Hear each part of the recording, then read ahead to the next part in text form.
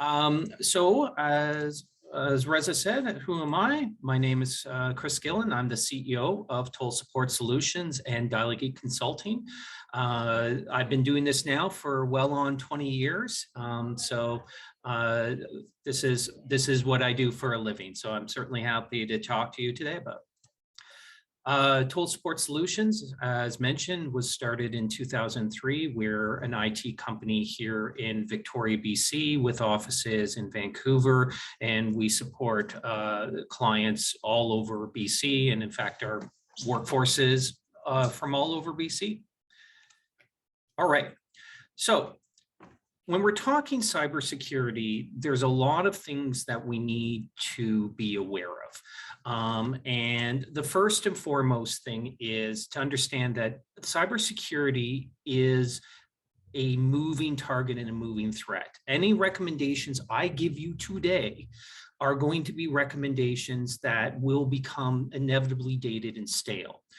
And that's simply because the information that I'm receiving, the best practices that professionals in my industry are formulating, are seen as challenges by the hackers to overcome. So the first step for anyone is to talk to your IT team. If we're your IT team, talk to us. If we're not, then talk to your IT team. And really talk to them about what is our cybersecurity plan. If you don't have something written down, this is a good time to start writing something down as a plan. And hopefully out of this, this lecture today, you'll get some good ideas on how to direct that. What is your disaster recovery plan? Because a plan to protect yourself is great. A plan to what to do in case those protections don't work is essential. And then finally, the business continuity. And while we're talking cybersecurity, really business continuity can refer to a whole range of issues. So fire, flood, I don't know, global pandemic, all of these things can have a direct effect on the operational capability of your organization to do their tasks. And while you can't come up with a perfect plan for every solution, for every issue, you certainly can start to talk about what is the stuff that we need to have to continue to operate, whether that's data, whether that's contacts, whether it's physical assets that need to be protected.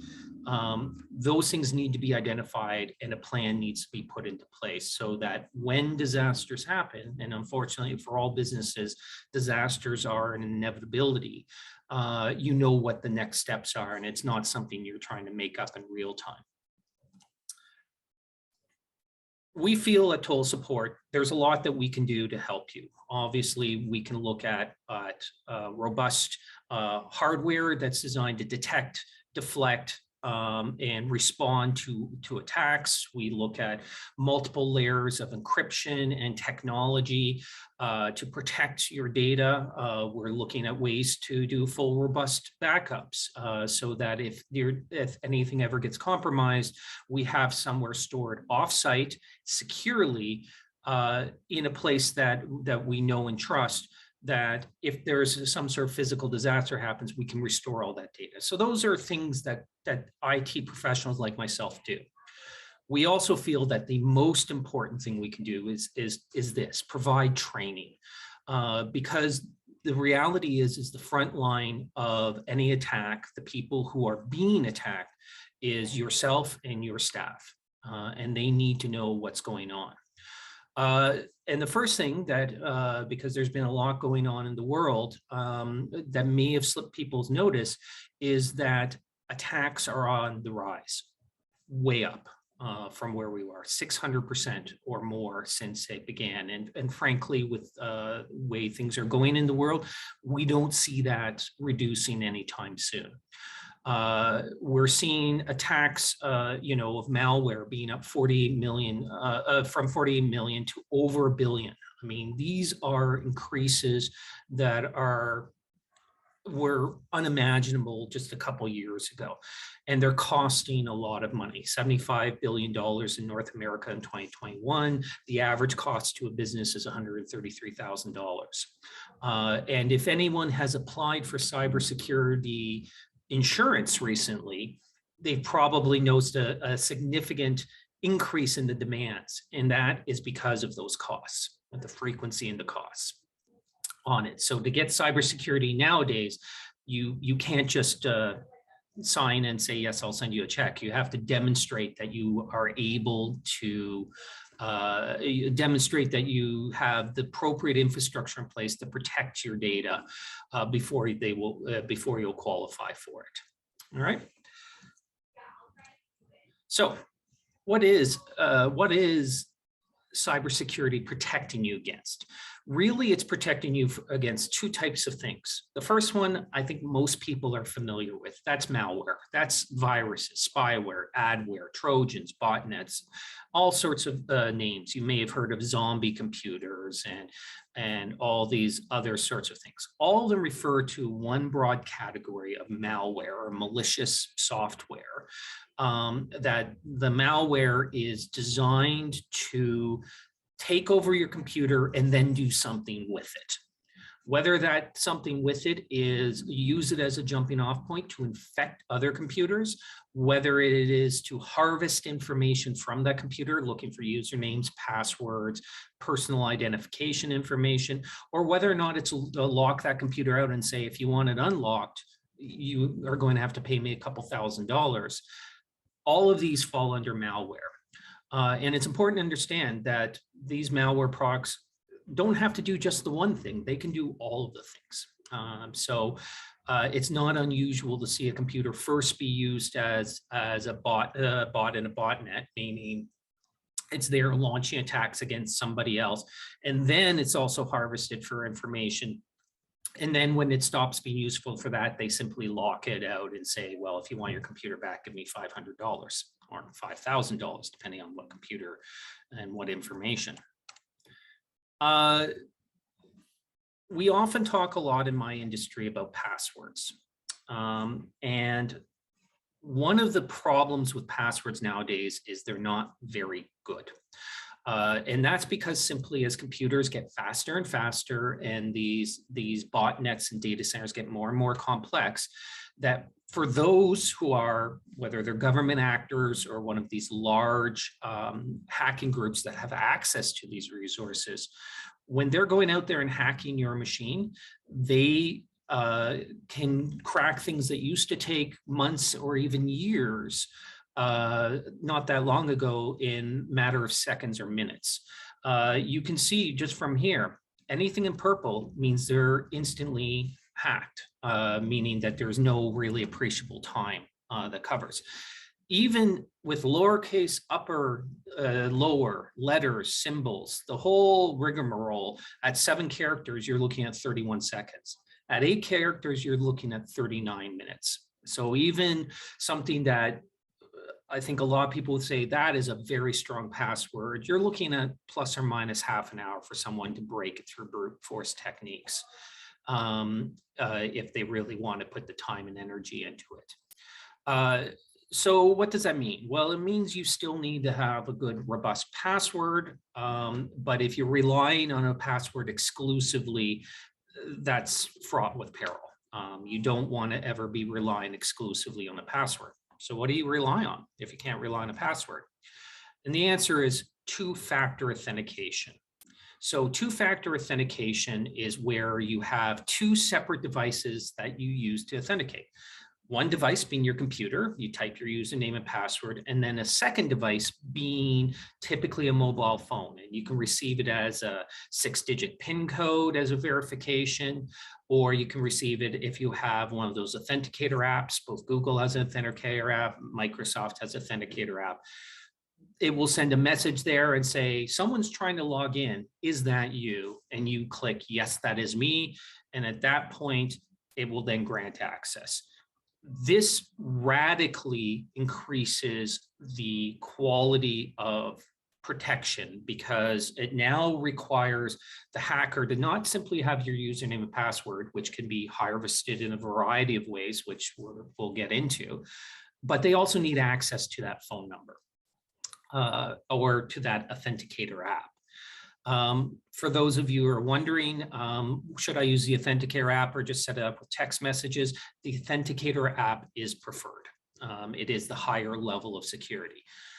One is having some sort of two-factor is better than having none. So if you only can do text messages, do text messages, but you really need to have the Authenticator app for the best quality experience. And I'll show you why in a bit. All right. So talking about malware, people are relatively familiar with that. The one that's really popular nowadays and why we do these phishing exercises or do these cybersecurity exercises is phishing. Now, phishing isn't really technological in nature. It's sending an email, it's a phone call, it's a message on LinkedIn, it is someone trying to communicate with you, and largely it's a human being trying to communicate with you, or ultimately behind the scenes is a human being who is trying to get personal information out of you. And we've all seen what that looks like. They're the garbage messages that we see coming around from banks saying, oh, you know, we need your information. And then they ask you to log in and update your information or check your password or, you know, hey, I'd love to know the name of your first cat or whatever it is. We've probably heard of catfishing as well, which is where somebody purports to be somebody attractive to that person and tries to use that as a way to manipulate information out of them. The risk with phishing is that I find that many clients get complacent about it because they're so used to seeing the badly spelled, badly written, clearly fake messages that they go, who would possibly fall for this? And the answer is, of course, one is you do it a large enough volume, send out a million messages, and one or two of them are going to get through, and that's all they need. And then the second thing is often people assume that because they've seen unsophisticated messages that there aren't sophisticated messages out there, and there are people who can spell. There are people who can create it in such a way that it looks like it's from a legitimate source. So just because you aren't seeing, you know, those obvious hallmarks of fake doesn't mean necessarily that you aren't being phished, right? Here's one we saw very recently. If you haven't gotten one of these, you're probably one of the few, but this is a perfect example. It came as a text message to me. So this is when it came to me. The saying that I had relief fund of $1,300 for having, for going through COVID. So it's topical, it's relevant. There's plenty of government money floating around. So you know, intuitively, someone isn't analyzing it too closely. They may assume that this message is legitimate. They click on the button and they're off to the races. They've now got a live one on the hook, right? And in this case, this came through a system that isn't a system that an IT company normally monitors, namely text messages, right? Here's another one. Remember I talked about phone numbers? This is a message apparently from me to one of my staff members saying, send me your cell phone number. Now, as you can see, it's not me, it's lee@gmail.com. And it also wasn't formatted the way I send messages. But the point is they're trying to harvest my staff's phone numbers to use it to get around two-factor authentication, right? Now, my staff are trained against this. This would not be it wasn't an effective tack. But the point is there's ways to do spoofing of phone numbers. So if they're able to get the phone number as well as that username and password, they now can spoof that number, create the two-factor authentication, and get around it. It's a lot more steps. It's a lot harder for the hackers, but it's not impossible. But in all cases, or in most cases, as you can see, this isn't technical. This is simply an email message that somebody is responding to. The only real key piece of information is the takeaway is look at the name, lee@gmail.com. If the display name, which can be anything, I can set my display name to Elon Musk if I so desire. You can change your display name to be whatever you want. You can't change the email it's coming from. kind of. So let's look on how we can spot these messages. First and foremost, is there an urgent call to action or a threat? Whether it's something preying on your generosity or preying on your greed, there's probably going to be, I need you to do this by now. So my first thing is every time I get a message that says, I need this information now, I stop, take a moment and say, is this legitimate? Second thing is, obviously, if it's a first time or frequent senders, we've talked about some of the obvious ones, spelling, bad grammar, generic greetings. Those are definitely for more of the low effort phishing or suspicious links. And one of the things, again, that I want to share with you as a trick is if you hover your mouse over your link, you will actually see the other link pop up underneath it. So you'll see here on the right where it says Woodgrove Bank. Well, that might be the display name of that URL, of that web address, but the actual web address will be something completely different. Back here, you can see that this says trustedbank.com. I guarantee you, if you hover over where it says trustedbank.com, it will point to a very, very different address. So that's one of the things to be aware of is you can display either an email address or a URL, a web address, with a completely different name than what it actually is. But if you hover over it for a second, it will display that information on most browsers with most programs. Okay. Excellent. Now, phishing is the one that is annoying, but is not the one that keeps us up at night. The one that keeps us up at night is spear phishing. Because what has happened is as these hacking groups have gotten more sophisticated, they've realized that there is better yield by targeting specific organizations, specific industries, and specific people with highly targeted attacks. As opposed to sending out a million messages, they may have a bevy of 30 to 50 client or companies that they have targeted, that they have some level of access into their systems. When they get into that system, what they're looking to do at the beginning is simply gather data. On average, 120 days. So 4 months, they will sit there just watching what you do, watching what you say, watching how you compose an email message, figuring out the dynamics of the company, literally whiteboarding out. This is the CEO, this is the CFO, this is who's in charge of accounts payable, basically figuring out their targets. And they won't do anything until they've got all that information. And then what they'll do is they'll then launch their attack. And the attack will typically not be on the company itself, but be on the companies that they do business with. And here's how it works. You have a business relationship with another company. You buy parts off them, or they buy parts off of you provide service. Either way, there is money moving between these two companies. You get a message from that company and say you're paying them on average $10,000 a month for parts and service. You get a message from them and it says, here's your attached invoice for your month of work. Thanks very much. OPS, we've changed our bank. We've changed banks. Here is our new bank number for your EFT or for transition, for sending electronically. But otherwise, it will be on their letterhead. It will come from the person that you assume would be sending you that message. And there is nothing to visibly indicate to you that it's a fake message. And the reason it isn't a fake, it doesn't look like a fake message, is because it was sent from their email account and they know exactly what the invoices look like. All of the information lines up.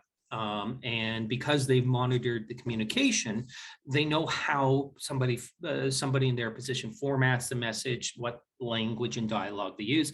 And your only flag at that point is that they've changed their banking information. Okay. And you weren't even the target of the attack. They're the ones who are hacked, not you, right? But you're the victim because you send the money to that new bank account, and in 2 weeks' time, 4 weeks' time, you're getting a call going, hey, we still haven't received your money for your last invoice. And you say, well, I paid that. search it down. A couple more weeks go by. We're now a month, 2 months into this, and suddenly you realize that, oh, there was a hack. And when they start to look at all the different clients who maybe are affected by this, $50, $100, $131,000 of money was sent to hackers before there was somebody caught on to it, and they shut it down. That's how they're able to do it. And they do this for a living, so they're very good at it. Okay. So how can you protect yourself against highly sophisticated attacks like that? One is share this information with your staff. They should be aware of it. Make sure that everybody in your organization knows about daylight cures a lot. So providing as much amplification on this is incredibly important. Second things are, make sure you and your IT department are doing the basics. Make sure you're using the correct security software. Make sure you have an updated and sophisticated spam filters and checkers for that. Absolutely use multi-factor authentication. All of these will make it harder to be the victim of hack. And then, of course, protect your data from backing it up. But really, what I want you to take away is this: trust, but verify. Somebody sends you that message, you see that that's changed the information. Don't email them back saying, oh, is this correct? Because of course, the hackers are probably going to intercept that message and respond back, yeah, that's absolutely fine. Phone them, but don't phone them off of the phone number on the invoice, because that may have been changed. We've seen that as well. So you phone and they'll answer it as Joe's Plumbing. Oh yeah, no, that's a legitimate invoice. We've changed banks. It will all sound legitimate because they've changed the number on the invoice to go to a ghost call center. And so call them on a number that you know that works, either from searching on Google or from prior communications before the suspect communication. Anything that involves a request of personal information or money should be treated as suspect until proven otherwise. Any sudden changes of that information has to be treated as suspect until otherwise. And as I say, don't trust that information from one source. This is one area that the lower you go in sophistication from the standpoint of your technology, the better the results are. If you go talk to the person in person in their office and they say, oh, yep, no, we've changed it, that's probably legitimate. You do it with a phone call to their phone number, which you know because you've communicated by phone, that's not as good, but definitely should give you a high degree of confidence. You're emailing, you're texting like that, we don't know where those messages are going at that point, okay? Because the secure systems that have been set up have been compromised. And that is really where we run into problems. All right, the exit button as opposed to the display button. All right, so as I said at the beginning, these lectures are things that you'll want to do and review once a year. You'll want to do and review your cybersecurity plan. You want to do and review any of your hardware infrastructure. If your hardware and infrastructure is on an as-a-service plan, that's very common with Cisco and Cisco devices, other high-end business class hardware firewalls and anti-denial of service, anti-spam. If they're not being done as a service, then they're not getting the updates in the same sort of consistent way. So we really do recommend that you get as much things provided as a service around security, because they'll respond dynamically to these threats as they come out. But even still, you want to circle back and review your security infrastructure, your business continuity, and your disaster recovery plan once per year. The world simply just changes too fast. And the reality is that hacking as a profession started with individuals, you know, the classic 400-pound guy in a basement sort of trope.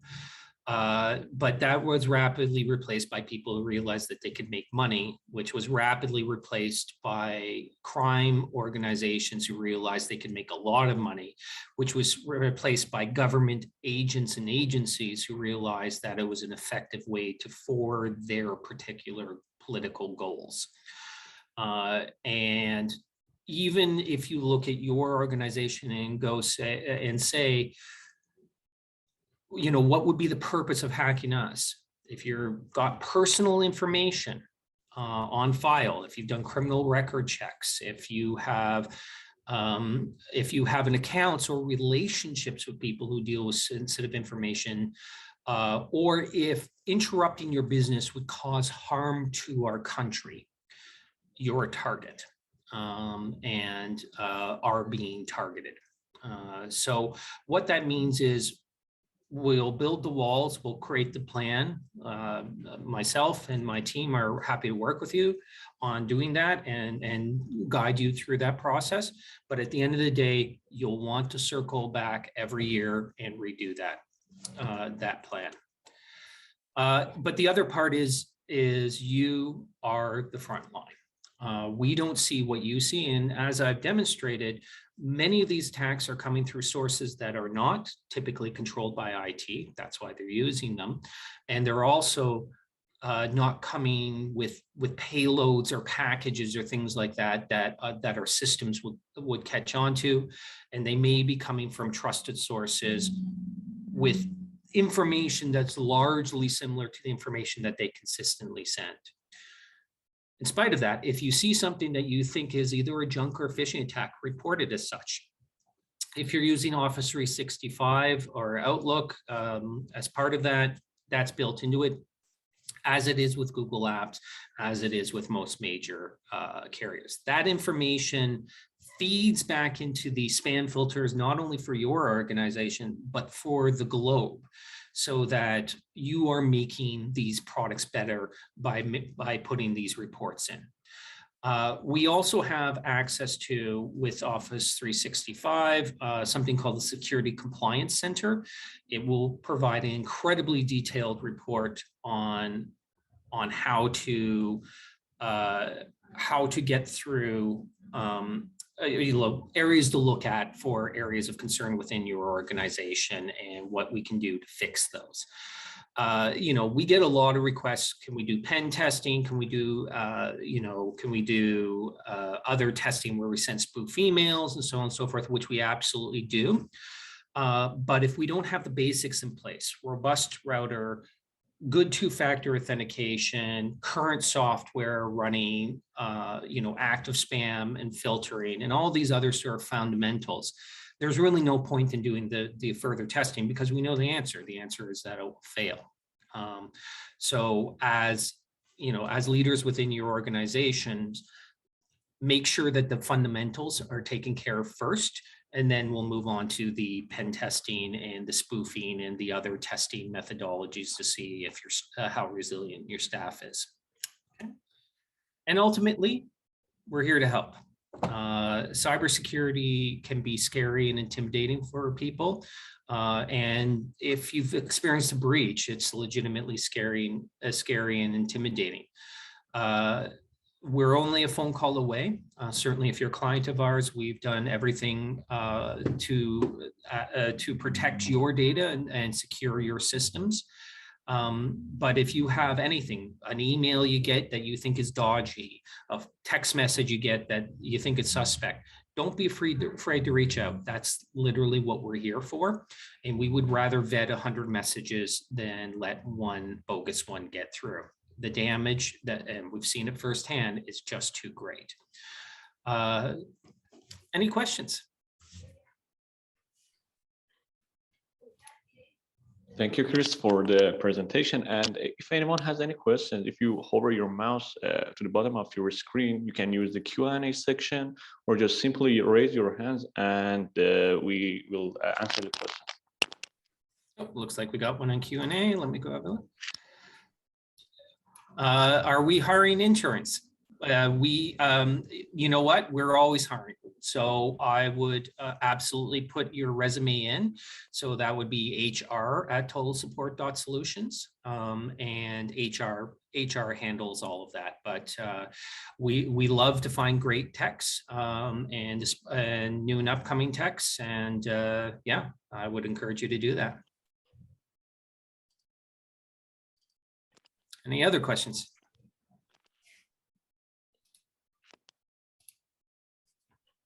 Excellent. Well, it looks like we have some more in chat. Oh, is Norton still considered effective? Oof. Okay, so in fact, it looks like two great questions here. So let me start with the first question, which is the save password function safe if you have appropriate software? Short answer is yes, absolutely. Longer answer is absolutely yes. What I mean by that is, here's the thing: is if you are better served to have a password with like Google Chrome, or like through Google Password or through Microsoft Password, and then have a robust password for that with two-factor authentication to secure that. And then under that, you can have automatically auto-generate passwords. And if anyone's seen those auto-generated passwords, they are 16 letters, numbers, and strings of garbage that is impossible for the human mind to comprehend. So those ones can then be saved in the password, so that at least we're now looking, instead of 35 seconds to hack it, 9, 10 days, a couple weeks, because those are making very strong passwords. But to get access into those passwords, you're using a more intuitive password, maybe a sentence they've spelled out, a quick, the happy horse jumps over the floating log, sort of password, which is nice and long, and you can put some letters and numbers and so on. 4 horses jump over 6 floating logs, ! And you use that to get access to your password vault along with the two-factor, and then you use the suggested strong passwords for everything stored inside. That is better than trying to remember it all up here or writing on little yellow stickies, which you stick on the side of the computer. Myself, I have over 200 passwords stored in it. So there's no functional way that I could have 200 discrete passwords that I remember, and have them be unique, and have them be robust, and have them meet all the criteria that password, that's websites demand of you to do. So you are absolutely better to use the vaults than you are and password stores than you are to try and do it yourself hydraulically. Just make sure that it's one of these robust ones and that it supports two-factor. Is Norton still considered effective? It is better than nothing, but not by much. Yeah. So when I say it's better than nothing, it has been a product that's been in doldrums for a while. It isn't one that we actively use in-house anymore, and it's not one that I've considered to be a particularly good product.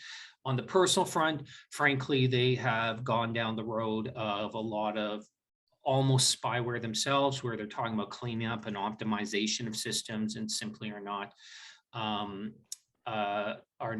able to do it. Avast Premium isn't bad. There's lots of sites to rate these different ones. Trend Micro puts out a pretty solid one. ESET puts out a pretty solid one. I'd avoid Kaspersky right now. Malwarebytes is good, I would say, as a cleanup tool. It isn't necessarily a tool I'd have running all the time. Avast is not bad. Windows Defender isn't bad. My main issue with Windows Defender is quite simply, it's what everyone uses. It would be insane for me to put out a virus if I was so interested in doing that couldn't get around the Microsoft built-in antivirus, right? So because otherwise it's not there's no point putting a virus out if it can't get around the #1 antivirus product on the planet, in this case is Windows Defender.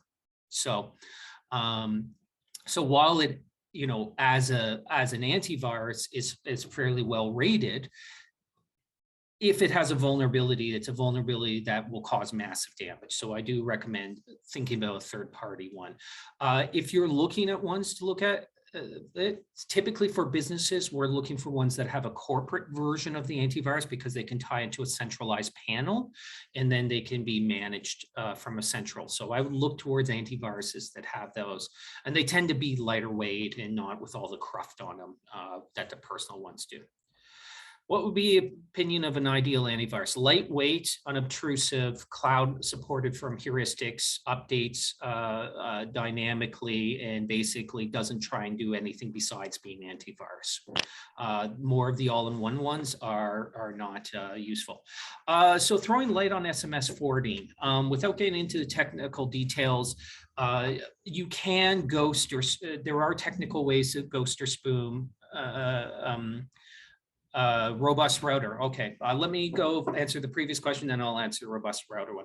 So, so when you're, without getting into technical details, someone can actually ghost a phone number onto a new SIM card. And once they do that, it will receive the messages as well. So that can be a way to get access to your two-factor. So you might get alerted that you ping and go, oh, why is my two-factor going off? If you are getting that and you haven't been the one to initiate the login, then you absolutely need to call us and say, we have a problem because somebody's trying to log into my account and it ain't me, right? So when we're talking, so that's the problem with the SMS from a spoofing perspective. So what is a robust router? All right, so you know, I'm trying not to sort of drop brand names, but sometimes it gets hard. So a robust router would be something that is equivalent to a Cisco Meraki device. So if you look at the feature set on a Cisco Meraki, it should be like that, okay? And namely, what it needs to be is it needs to be a business class router, so it has to be designed with that environment in mind. It should support multiple tiers of software updates that are done dynamically and self-contained, meaning that, you know, there's no point in having firmware that only lives on some obscure website where it takes, you know, several hours of a technician's time to update it and a new one comes out every 2 weeks. It needs to be updating itself automatically. We need to be able to add software to it that can, you know, filter based on websites, filter based on geolocations, filter based on the type of information or packets that are coming through, and has some sort of as a service package that allows us to continuously update those and dynamically roll them out as we go. It should support VPN and it should support robust VPN, meaning there's a lot of older routers that maybe have its security encryption in it, but it's broken. Yeah, the encryption has been hacked. As soon as encryption is hacked, it's non-existent anymore. It's like having a key to a car and realizing, I think it was like Honda couple decades ago, where suddenly everyone realized that they'd only ever printed 3 keys for all cars, and you had a 1 in 3 chance of getting into a car just with some random Honda key. It's kind of the same with these encryptions. Once the encryption technique has been hacked and there's a technique, it's trivial to just repeat and replicate that. So the instant that happens is the instant we need to move to a more robust encryption, because functionally we don't have encryption anymore.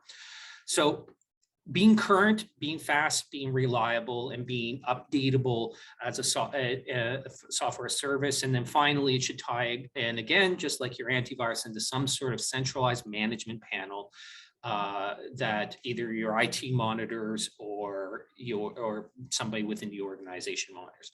The tools we use all meet these criteria. So if someone starts to hack your router and it's like one of the Cisco Meraki routers, we'll know.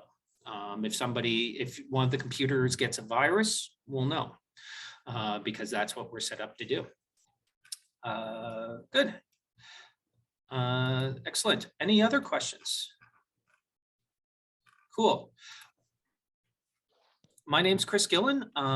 Obviously, feel free to send us an email if you have any other follow-up questions. I really do encourage you to get engaged in this. And I can tell you on a personal front, my wife is very tired of listening to me talk about computers after 20 plus years. So you'd be doing me a favor by sharing, saying, you know, what are your thoughts on this or that? Pontificating about technology, that's what I love to do.